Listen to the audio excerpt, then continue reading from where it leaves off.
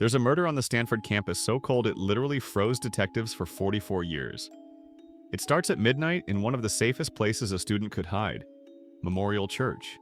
Carved angels, stained glass, the quiet place where homesick freshmen go to cry.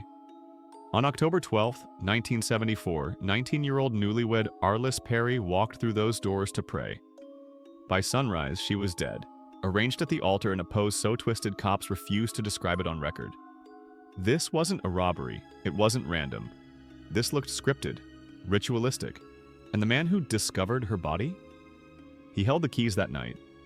Arlis had moved from Bismarck to Palo Alto weeks earlier to support her husband Bruce, a psych student. They were the stereotypical sweet couple. Bible study, love letters. That night they argued about stupid newlywed stuff. Thermostats, unwashed dishes. Arlis stormed out telling Bruce she was going to pray it off in Memorial Church. Bruce cooled down, waited, then realized she wasn't back. He walked the dim campus, asked strangers, finally jogged to the church and found the heavy doors locked. He knocked, called her name. Silence. At 3 a.m., he reported her missing to campus police. An older security guard, Stephen Crawford, assured officers he'd checked the church and locked it tight.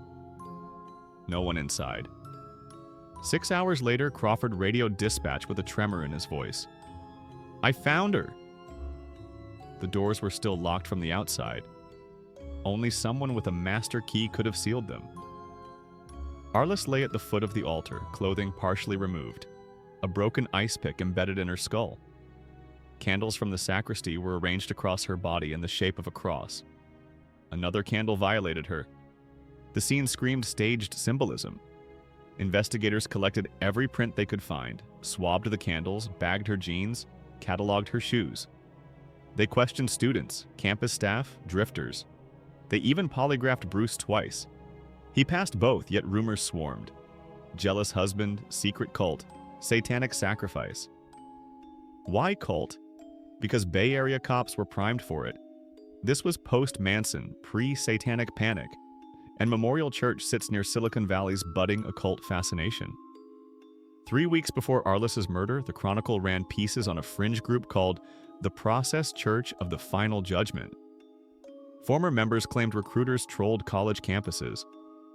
PIs told detectives Arlis had handed out Christian pamphlets near a process recruitment table earlier that week. The theory caught fire. A cult targeted her for challenging them. Police flew to New York, interrogated process leaders, subpoenaed records, nothing connected. Meanwhile, the one person with guaranteed access, Stephen Crawford, slipped quietly out of the spotlight. Crawford wasn't some random night watchman. He'd joined Stanford's private security in the late 60s, patrolled the church, knew every alcove. He also had disciplinary write-ups for pulling guns on students during minor incidents. The night of the murder, he clocked in at 5 p.m., logged patrols, locked Memorial Church at midnight, claimed he saw nothing. Yet he was the last known person inside before Arlis and the first to find her. Detectives noted faint shoe prints by the altar, consistent with his size. They asked for his uniform. He turned it over dry cleaned. They asked for his keys. He said he'd already returned them. Polygraphs? He declined on advice of counsel. With no direct evidence, the case froze. Through the 80s, Arlis's murder turned into urban legend. Students whispered about candle wax stains in the nave. Memorial Church quietly replaced the carpet. Bruce Perry finished school, became a renowned psychiatrist specializing in childhood trauma. In lectures, he mentioned losing his wife but never delved into the gore. Theories continued online. Some fingered a controversial cult deprogrammer named Maury Terry. Others linked it to a series of unsolved murders tied to the son of Sam. But the physical evidence sat in envelopes inside a climate-controlled room at Stanford PD, untouched because early tests destroyed samples. Then forensic science leapfrogged. In 2016, Santa Clara County cold case investigators reopened the box. Inside were Arlis's jeans. They'd never been washed since the autopsy. There was wax from the candles, a ligature tied around her wrists, and a swab collected from her body that everyone assumed had degraded. Detectives submitted everything to the DOJ lab with one instruction: scrape for DNA. Weeks later, the lab called back.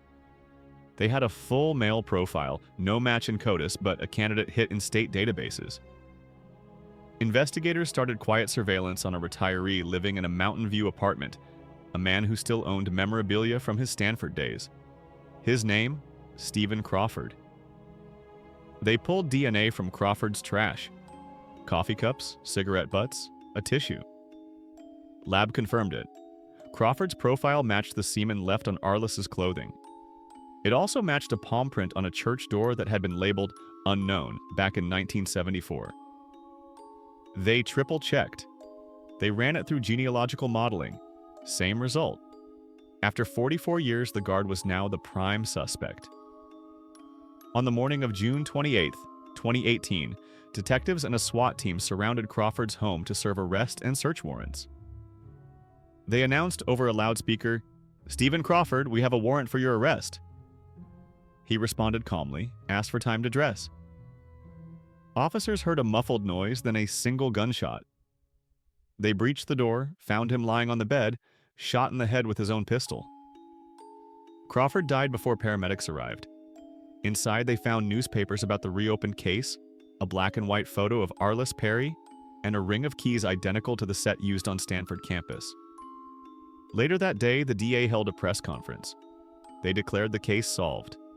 Stephen Crawford, acting alone, murdered Arlis Perry in Memorial Church, staged her body to look ritualistic, and locked the doors to delay discovery.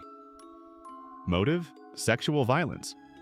Crawford had a history of harassing female students, even offering to escort them to the church after dark. Investigators now think he stayed inside after closing, confronted Arlis when she entered, and attacked her when she rejected him. The cult theories?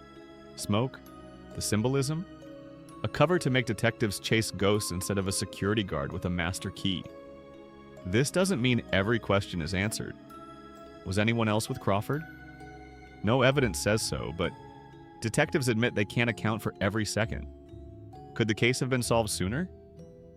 Yes, if early investigators had forced him to take that polygraph or seized his uniform before he cleaned it. Did Stanford fail Arlis?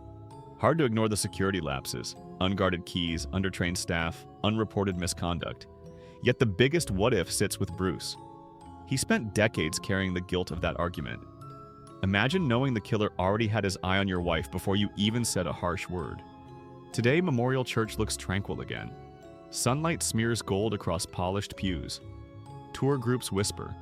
But every October, someone leaves white flowers near the back row, the spot where Arlis Perry knelt during chapel services. Campus security now uses digital keys. No guard walks alone. And cold case investigators use Arlis's file as a masterclass. Save everything because science you don't have yet might one day speak louder than alibis. Before you click away, remember the real lesson buried under decades of myth. The scariest monsters are the ones wearing uniforms we trust. They don't need pentagrams, just authority and a locked door.